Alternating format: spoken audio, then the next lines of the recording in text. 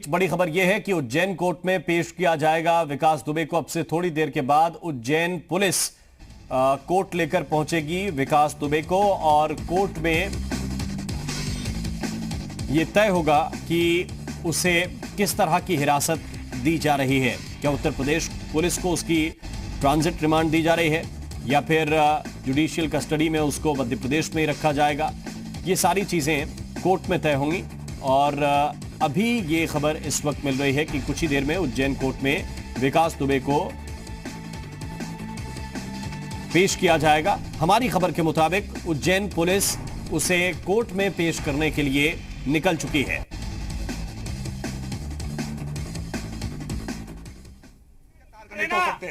ये सुनिए, मैं चूंकि बार एसोसिएशन प्रेसिडेंट हूँ मैं, मेरा ऐसा कहना है कि यूपी के बड़े नेता और मध्य प्रदेश के बड़े नेता ये इसमें शामिल है और उसको बहुत षड्यंत्रपूर्वक यहाँ पे पेश किया गया और वो सरेंडर हुआ है। वो उसको किसी ने पकड़ा नहीं है, कुछ नहीं, उसने अपनी पहचान खुद बताई है। मतलब वो चाहता था कि मैं सरेंडर हो जाऊं। महाकाल मंदिर परिसर जो कि विश्वविख्यात है, यहाँ पर किसी प्रकार से कोई उसको कुछ करेगा नहीं, उसका एनकाउंटर नहीं होगा, बस उसके कारण। यहाँ पर किस अदालत में पेश किया जाना है? यहाँ पर शंकरसन पांडे जी के कोर्ट में यहाँ पे पेश किया जाना है। न्यायिक मजिस्ट्रेट तृप्ति पांडे, हाँ तृप्ति पांडे मैडम है, सीजेएम मैडम है। सीजेएम कोर्ट में यहाँ पर पेश किया जाएगा। कोर्ट में प्रोसेस क्या होगा आप हमको समझा सकते हैं, क्योंकि दर्शक आपको देख भी रहे हैं। बस यहाँ से उसका यहाँ से वो बनेगा क्या ट्रांजिट, हाँ पास बनेगा। उसके बाद उसको यहाँ पे जो एसटीएफ है यहाँ से उसको हैंड ओवर कर दिया जाएगा। एसटीएफ पहुँच गया है क्या यूपी? हाँ, एसटीएफ आ चुका है, लेकिन अभी हमको पूरी जानकारी नहीं है। मालूम पड़ा कि एसटीएफ यूपी से आ चुकी है और अभी भी कस्टडी में एसटीएफ के ही है वो। तो तृप्ति जैन, हाँ तृप्ति पांडे सीजेएम तृप्ति पांडे की कोर्ट में यहाँ पर पेश किया जाना है। जी हाँ। और जब यहाँ पर आएंगे तो आप नारेबाजी करके विरोध भी जताएंगे? बिल्कुल विरोध के साथ में, हमारी पुलिस के साथ में हम लोग, हम ये दिखाना चाहते हैं। ये मांग भी है कि यूपी के अंदर मध्य प्रदेश के गृह मंत्री कानपुर, मतलब एमपी के गृह मंत्री हैं, वो यूपी के कानपुर के प्रभारी भी है। हमको ऐसा लगता है कि उसमें उनके भी कहीं न कहीं उनने भी इनका सपोर्ट रहा होगा, इन्वॉल्व है, और हो सकता है कि योगी नाथ जी का भी इनका इन्वॉल्व हो। एमपी और यूपी के पुलिस ने मिलकर उसको सरेंडर करवाया हो महाकाल की नगरी में। यहाँ पर आप क्या नारेबाजी करके? हम पुलिस परिवार के साथ में, शहीद पुलिस परिवार के साथ में हमारी पूरी सहानुभूति है और पुलिस के हम तो चाहते हैं कि पुलिस परिवार पे जो अत्याचार हो किसी अन्य के साथ में ना हो। और हमारी पूरी जो लड़ाई है पुलिस परिवार के, हम पूरी साथ में, हमारा समर्थन साथ में, हमारा पूरी सहानुभूति उनके साथ में। और ऐसे हत्यारों को सरेआम फांसी की सजा मिलना चाहिए, हमारी बस यही मांग है। यहाँ फोर्स भी बढ़ाया है कि पुलिस फोर्स यहाँ पर? अब ये हमें तो नहीं पता, पर हम तो अभिभाषक एकता पुलिस परिवार के साथ में, हम अभिभाषक एकता साथ में, हम पुलिस परिवार के साथ में। उज्जैन कोर्ट के सारे अभिभाषक हैं, इसी बात का विरोध कर रहे हैं कि जो गैंगस्टर है जो यहाँ पकड़ाया है उसके पीछे ये मीडिया भी उसको ये चीज दिखाना चाहिए उनको कि इसके पीछे मतलब किस प्रकार से वो मंदिर के अंदर आया, घुस गया। मंदिर की सुरक्षा क्या है? जब इतना दुर्दांत अपराधी गैंगस्टर अगर वहाँ मंदिर में आ गया है, मंदिर की सुरक्षा है ही नहीं। इसलिए यहाँ पर मिली भगत थी। ये यहाँ पर क्या मध्य प्रदेश शासन और यूपी जो वहाँ के जो है शासन, ये सब उनकी मिली भगत से सरेंडर किया गया है इसको बस। तो ये आप यहाँ पर अभिभावकों का विरोध आप देख सकते हैं कि वो यहाँ पर आ गए हैं। दूसरी तरफ पुलिस फोर्स भी तैनात हो गई है, यहाँ पर एक्स्ट्रा पुलिस फोर्स भी बुलाया गया है हालातों को देखते हुए।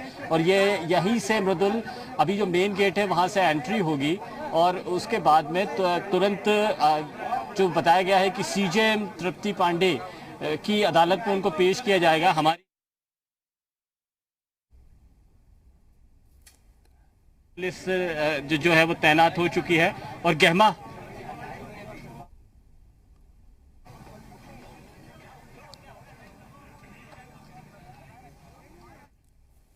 ये तस्वीरें इस वक्त आपको उज्जैन कोर्ट से ठीक बाहर की दिखा रहे हैं। यहां पर पुलिस की तैनाती भी आप देख रहे हैं। जो कुछ वकील हैं यहां के, वो इस बात को लेकर नाराज हैं कि आखिर सुरक्षा व्यवस्था क्या है मंदिर की और कैसे ये शख्स मंदिर के अंदर पहुंच गया। संदीप लगातार हम तक अपडेट पहुंचा रहे हैं। ये लगा है कि पूछताछ जो है उज्जैन आईजी के नेतृत्व में जो पूछताछ विकास दुबे के साथ में चल रही थी वो कंप्लीट हो चुकी है और उस पूछताछ के बाद में कुछ संतुष्टिपरक जवाब भी शायद पुलिस को मिले हैं, ये हमें अभी अंदर से खबर मिल रही है। और जो अब पुलिस की एक खास टीम है जिसकी निगरानी में विकास दुबे है, विकास दुबे को एक गाड़ी में लेकर, एक साधारण सी गाड़ी में लेकर उसको यहाँ पर लेकर आया जाएगा और पता लगाया जाएगा। पुलिस के सामने चुनौती मृदुल इस बात की भी है कि वो बता रहा था कि एक ड्राइवर उसका करीब में ही इंतज़ार कर रहा था।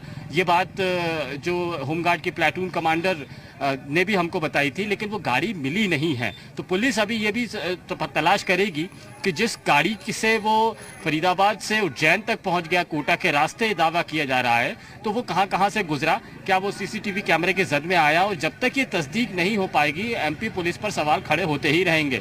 और जो बात अभिभाषक भी उठा रहे हैं कि ये एक सोचा समझा गया सरेंडर है जिसको गिरफ्तारी की शक्ल दी जा रही है। एक गाड़ी जरूर यहाँ से निकली है, लेकिन ये कोर्ट के कुछ अहम इस वक्त हुई है कोर्ट परिसर के बाहर मौजूद हैं और जैसे ही विकास दुबे को लेकर पुलिस की टीम वहां पर पहुंचेगी, आपको कोशिश करेंगे कि तस्वीरें भी वहां की दिखाएं, क्योंकि वहां पर सुरक्षा व्यवस्था भी बढ़ा दी गई है। क्योंकि पुलिस इस बात की जानकारी किसी को नहीं दे रही है। ये सुरक्षा के लिहाज से किया जा रहा है ताकि उज्जैन में कोई किसी तरह का पैनिक ना हो, कोई घटना दूसरी ना घट जाए। पुलिस हर तरह के पहलुओं पर विचार भी कर रही है और इसीलिए उज्जैन में अलग अलग चेकिंग पॉइंट्स भी बना दिए गए हैं। यहाँ पर जो बाहर से वाहन आ रहे हैं उनकी भी चेकिंग की जा रही है। पुलिस को इस बात का भी शक है कि विकास दुबे अकेला नहीं होगा, उसकी कुछ और टीम्स भी हो सकती हैं जो अभी गोपनीय रूप से इधर उधर होकर इन पूरे हालातों की निगरानी कर रही है। तो अगर कुछ हालात बिगड़ते हैं तो पुलिस सारी चीजों से निपटने के रास्ते भी अख्तियार कर रही है। और ये भी सूचना है कि चूंकि ये गैंगस्टर है, पुराना गैंगस्टर है, कुख्यात गैंगस्टर है, इनकी दूसरे गैंगस्टर्स के साथ में भी इसकी दुश्मनी है। तो वो दुश्मनी का निकालने के लिए वो उज्जैन की धरती का इस्तेमाल ना कर लें, ये इस बात को लेकर भी पुलिस ने प्रयास शुरू किए हैं। और इसीलिए बहुत एहतियात के साथ में, बहुत सुरक्षा के साथ में सारी कार्रवाइयाँ की जा रही है, गोपनीय ढंग से की जा रही है। और अदालत में भी जब पेश किया जाएगा तब अचानक से इस गेट से प्रकट होगा। ये गाड़ी आई है, लेकिन जिन हालातों में आई है उससे नहीं लगता कि इसमें होगा विकास दुबे। लेकिन ऐसे ही किसी गाड़ी में मृदुल वो यहाँ पर किसी भी वक्त आ सकता है। बमुश्किल 10 मिनट लगता है किसी उज्जैन के किसी थाना क्षेत्र से यहाँ पर पहुँचने के लिए। तो बहुत ज़्यादा वक्त नहीं रह गया, किसी भी वक्त में इसी एंट्री गेट से इसको यहाँ पर लाया जा सकता है और सीजेएम की अदालत में पेश किया जा सकता है। और जब हम बात कह रहे थे मृदुल कि पुलिस को बहुत सारे पहलुओं पर जाँच करनी है, वो यहाँ पर कैसे आया, गुमराह करने की कोशिश कर रहा था, वो पुलिस को बेखौफ घूम रहा था। पुलिस को ये भी तय करना है कि वो क्या कुछ इस तरह का सरेंडर करना चाहता है जिसमें उसकी गिरफ्तारी पर किसी तरह की आंच नहीं आए। यदि मध्य प्रदेश में वो होगा तो मध्य प्रदेश में अगर वो अरेस्ट होता है या सरेंडर करता है तो उसके साथ में एनकाउंटर नहीं किया जाएगा, क्योंकि उत्तर प्रदेश की पुलिस को तो निर्देश मिल चुके हैं कि विकास दुबे को जिंदा या मुर्दा किसी भी तरह से पकड़ा जाना है। तो वो सुरक्षित जगह की तलाश कर रहा था, शायद उज्जैन से बेहतर उसको कोई जगह नहीं मिल सकती थी।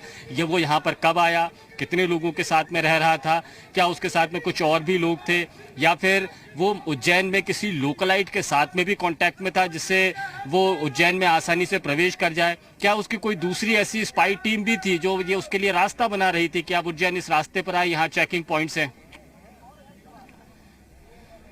तो ये संदीप हमें बता रहे हैं विस्तार से। इंतजार इसी बात का है कि कैसे उज्जैन पुलिस की टीम उसे कोर्ट में लेकर पहुंचेगी। कोर्ट के अंदर सीजेएम तृप्ति पांडे की अदालत में उसे पेश किया जाएगा।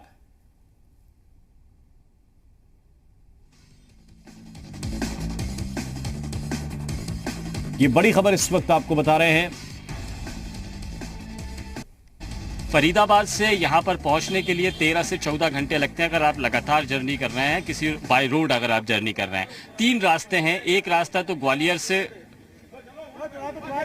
से होते हुए उज्जैन पहुंचा जा सकता है, दूसरा रास्ता कोटा से होते हुए पहुंचा जा सकता है, तीसरा उज्जैन से होते हुए पहुंचा जा सकता है। इसके लिए राजस्थान की सीमा का इस्तेमाल भी किया जाता है। तो जो वाया जयपुर अगर वो आया है तो वो कोटा के रास्ते आया है और ये रास्ता थोड़ा सुरक्षित है क्योंकि बीच में ऐसे जंगल है जहाँ पर बहुत सुरक्षा व्यवस्था नहीं होती है। जहाँ तक चेकिंग का आप सवाल कर रहे हैं मृदुल, ये चौंकाने वाली बात है कि मध्य प्रदेश की सीमा चौकियों पर वैसी चेकिंग नहीं चल रही है जैसी अन्य प्रदेशों की चल रही है। यानी राजस्थान के रास्ते भी में बहुत चेकिंग है। अगर यहाँ से राजस्थान में प्रवेश करना है तो आपको एक पूरे सुरक्षा बंदोबस्त से गुजर कर जाना होगा, लेकिन अगर आप राजस्थान से मध्य प्रदेश में आ रहे हैं तो मध्य प्रदेश के सीमावर्ती इलाकों में उतनी सघन चेकिंग नहीं है। केवल आपका नाम नंबर नोट कर लिया जाएगा और आगे आपको बढ़ा दिया जाएगा, लेकिन बहुत सघन चेकिंग नहीं होती है। और यदि वो कोटा के रास्ते सुरक्षित रास्ते आया है 13-14 घंटे के अंदर उज्जैन आ गया होगा, या फिर आज सुबह ही पहुंचा, या फिर एक दिन पहले पहुंचकर अपने सरेंडर की सारी तस्दीक कहानियां रच ली हैं और उसके बाद में पकड़ में आया है। लेकिन सब कुछ इतना आसान भी नहीं लगता है, क्योंकि जो पहला शख्स था जो विकास दुबे को जिसने पहचाना था, वो एक फूल महाकाल मंदिर के सामने तरफ में फूल बेचने वाला था। उसको पहले शक हुआ, शक के बाद में अपने सीसीटीवी कैमरे को रिवाइंड करके देखा, उसको वैसे ही शक्ल नजर आई और उसके बाद तुरंत उसने पुलिस को इत्तला दी है। और इस इत्तला के बाद में अंदर की पुलिस, महाकाल पुलिस जो है वो एक्शन में आई है। एक्शन में आने के बाद उसने जो अरेस्टिंग रची, मंदिर के अंदर नहीं हुए, मंदिर के एग्जिट पॉइंट जो लास्ट पॉइंट होता है वहां पर अरेस्टिंग की गई है। और यहाँ पर भी हमने जो जानकारियां हासिल की है, पुलिस ये बता रही है कि पहले उसको बैठा के रखा गया था और उसको ये नहीं बताया गया था कि उसकी अरेस्टिंग की जा रही है, बल्कि उसको बैठा कर रखने के बाद में केवल जानकारियां हासिल की जा रही थी। लेकिन उसी दौरान में अचानक उसको जैसे ही आभास हुआ, तब तक वो अपना नाम शुभम बता रहा था, अपनी उम्र 28 साल बता रहा था, लेकिन शक होने के बाद में वो कहने लगा चिल्ला के कि वो विकास पाठक है, विकास दुबे है, कानपुर वाला। ये बात वो बार बार कहने लगा और इसके बाद में पुलिस ने तुरंत उसको टीम जैसे ही पहुंची उसको अरेस्ट कर लिया गया। हम ये भी देख पा रहे हैं तस्वीरों में संदीप के पीछे कि गहमा गहमी का माहौल है। पुलिस की टीम लगातार वहां पर बढ़ती जा रही है, जो कुछ लोग हैं वहां से हटाने की कोशिश भी पुलिस की टीम कर रही है। और संदीप, वहां से लाइव रिपोर्ट हम तक लगातार पहुंचा रहे हैं। कोर्ट परिसर में भारी पुलिस बल तैनात कर दिया गया है, लोगों को कोर्ट परिसर से हटाया भी जा रहा है। इन सब के बीच जो वहां के वकील हैं वो प्रदर्शन भी करने का मूड बना चुके हैं, यानी कि वहां पर हंगामा भी संभवतः होगा। इसको भी पुलिस को कंट्रोल करना है और इसके मद्देनजर भी पुलिस ने तैयारी की है। कोई और अप्रिय घटना उज्जैन में न घट जाए, इसके संबंध में भी पुलिस की टीम ने तैयारी कर ली है। और लगातार संदीप भंबरकर हमें कोर्ट परिसर के ठीक बाहर से ये जानकारी दे रहे हैं। कुछ देर के बाद सीजेएम कोर्ट में, उज्जैन की सीजेएम कोर्ट में पेश किया जाएगा विकास दुबे को। और यहां पर उत्तर प्रदेश पुलिस उसकी ट्रांजिट रिमांड कोर्ट से मांगेगी। अब देखना है कि कोर्ट ट्रांजिट रिमांड देती है या नहीं, और यह भी देखना है कि अगर ट्रांजिट रिमांड मिलती है तो कितने दिनों की ट्रांजिट रिमांड मंजूर की जाती है। विकास दुबे उज्जैन कैसे पहुंचा, यह सबसे बड़ा सवाल इस वक्त उत्तर प्रदेश पुलिस के सामने है, लेकिन इसका जवाब भी बहुत दूर नहीं है। ट्रांजिट रिमांड मिलते ही पुलिस की पूछताछ शुरू हो जाएगी और पुलिस विकास दुबे से यह जरूर उगलवाएगी कि वो किसकी मदद से उत्तर प्रदेश की सीमा को पार करके मध्य प्रदेश में दाखिल हुआ। न सिर्फ दाखिल हुआ, काफी अंदर तक यानी कि उज्जैन तक वो पहुंचा भी और उसने मंदिर के अंदर भी एंट्री ले ली। ये कैसे मुमकिन हुआ, ये विकास दुबे ही राज खोल सकता है और उसके लिए जरूरी ये है कि उससे कड़ी पूछताछ की जाए।